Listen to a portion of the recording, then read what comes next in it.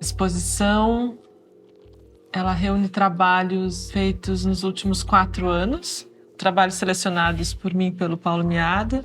Tentando abrir um pouco que tipo de relação a Marina tem com o que há de arbitrário, simplificado, muitas vezes ideológico, nas nossas representações do mundo, né?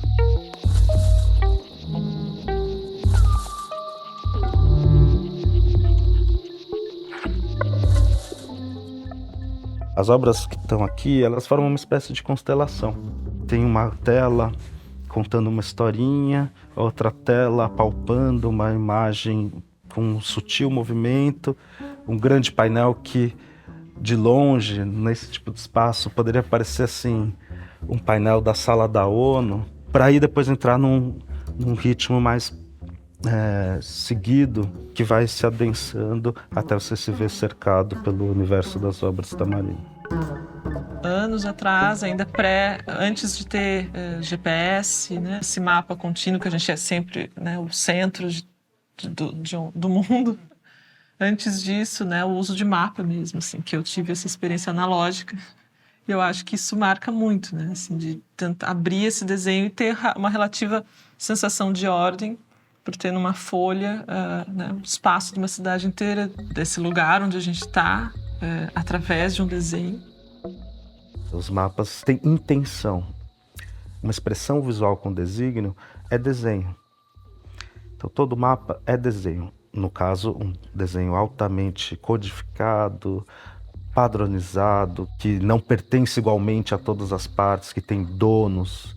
E o que a gente tem aqui é um estágio do trabalho da Marina em que é quase como se essa origem do desenho tivesse se insurgindo, ouvindo a superfície e reembaralhando as regras do processo cartográfico.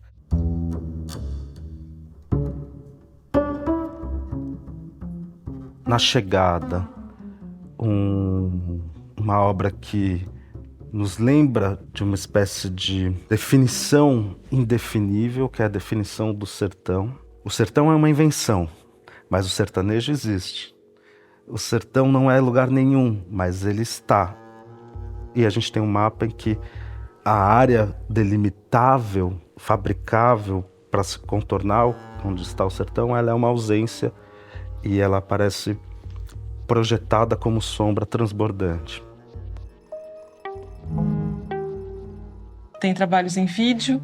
O primeiro vídeo, que é o Farol, um trabalho que conta uma questão física de uma paisagem de uma cidade, que é Maceió, que é o lugar que eu nasci, e o texto é de primeira pessoa mesmo, criando uma relação entre, né, o que aconteceu de uma situação de extrativismo, de salgema, e como que esse extrativismo desestruturou fisicamente, né, uma parte da cidade. Algo entre memória e ficção que está muito marcado ali.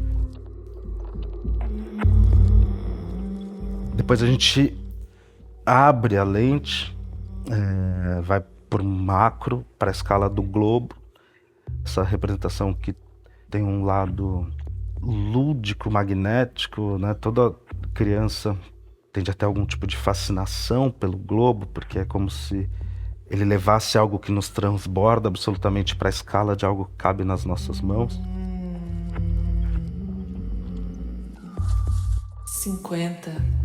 Uma questão que é sempre central quando a gente pensa em mapas é justo essa transposição do globo, né, dessa forma tridimensional para o plano. Quando é feita essa tradução mesmo, né, potencialmente algo vai ser silenciado, ou não vai aparecer, ou vai ficar menos favorecido na representação. É justo nesse ponto em que eu me interesso, né, de pensar, repensar, retrabalhar. Trabalho geografias desdobradas. Eu fiz nessa dimensão, normalmente eu fazia eles menores, foi uma provocação do Paulo, né? E são desenhos de continentes que são desdobrados, né? São a partir de um sistema modular. Realmente eu criei um sistema de vários tipos de dobras e reprojeções cartográficas e a partir disso eu vou desdobrando redobrando uma espécie de origami. Eu acho que eu comecei a pensar na ideia de sombra muito a partir desse trabalho, né, de que quando me afasto um pouco da ideia do que eu estou fazendo, das geografias, dos continentes, eu vejo também um tipo de, como um teatro de sombra mesmo, né, nesse alto contraste, em formas quase abstratas e tal.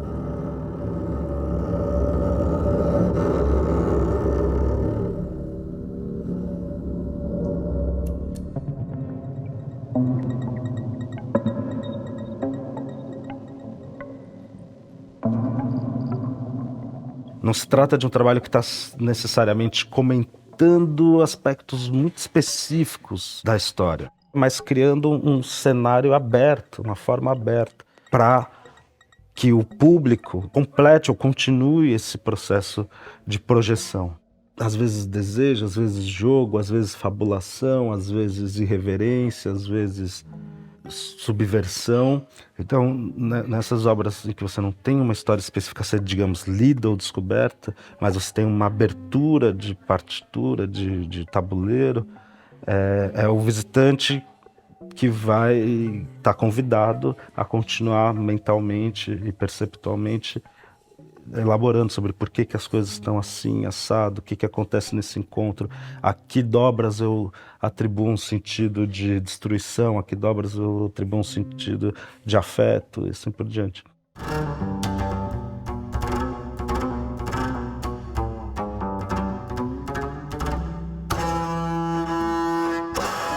Nessa versão do Fluxos, eu faço os desenhos sobre mapas, são atlas escolares antigos que eu fui colecionando. Eles vão sendo transformados por essas linhas, né, que conectam um continente ao outro, e, enfim.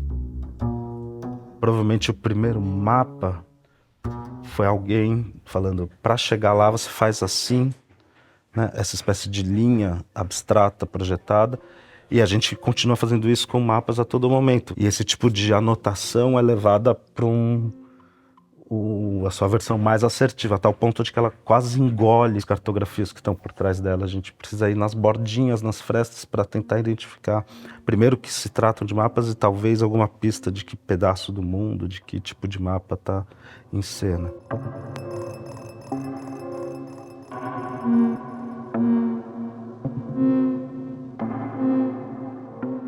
Eu comecei a fazer esses trabalhos buscando um material que trouxesse outra dimensão de distorção que fosse feita através da matéria. Então a borracha acaba sendo um material recorrente nessa série de trabalhos.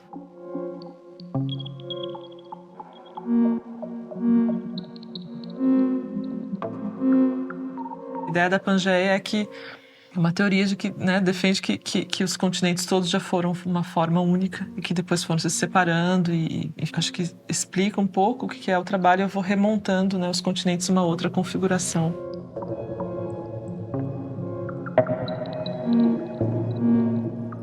Tudo parece tão sólido e estável, mas numa perspectiva geológica, né, num outro tempo, que não é o nosso tempo, não é o tempo da nossa percepção. Os continentes estão sempre em movimento, né? Tem uma certa fluidez. Essa fluidez faz com que, então, nem só as formas dos continentes sejam mutantes, mas também o que a gente acha que é sólido, como essas linhas de fronteiras, divisões entre países. É muito abstrato pensar e aceitar o que é a divisão fronteiriça, né? Que seria essa linha imposta dividindo dois lugares. E talvez justo daí que tenha surgido a ideia dos songlines, né? São 5 livros, né, que formam songlines. Cada livro reúne todas as fronteiras de um continente. E eles são alinhados de forma que como se fosse uma linha contínua com interrupções. E foi daí que eu pensei, né, que isso remeteria a como se fosse um som, né, uma oscilação sonora. A Marina está usando esse procedimento, que é da lógica, da ciência, para liberá-las e deixá-las, pelo menos por um instante, ser só desenho, ser só linha. E já que elas são só linhas, elas ficam disponíveis para serem, por exemplo, partituras.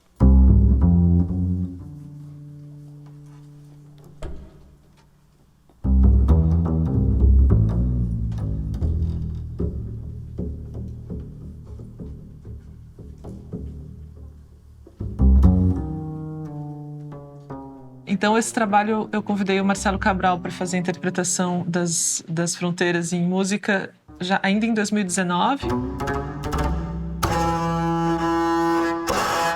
E sempre teve um desejo da minha parte de fazer uma performance onde ele pudesse interpretar, né, ao vivo.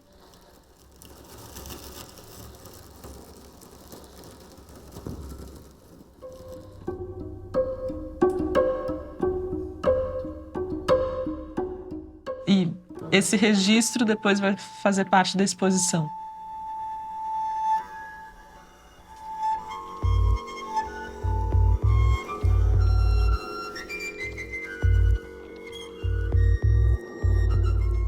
Uma espécie de liberação para que o mapa volte a ser desenho, o desenho volte a ser criação, a criação volte a ser oportunidade de encontro. Acontece algo a um certo ponto do trabalho, especialmente os trabalhos mais recentes, como que se os mapas tivessem ganhado um certo protagonismo, né? Assim, e eles vão um pouco ditando o rumo, quase como que se eles tivessem ganhado um corpo autônomo, sabe? E eles vão se desdobrando, se refletindo em outras formas. Eu confesso que quando a gente subiu todos os desenhos, pinturas, mapas, moles, painéis, tudo, eu me emocionei. Mas eu não sei muito explicar o que é, mas é algum lugar muito íntimo, assim. Não que as outras não sejam, mas essa algo especialmente, assim, me tocou. Tô, sim, muito satisfeita.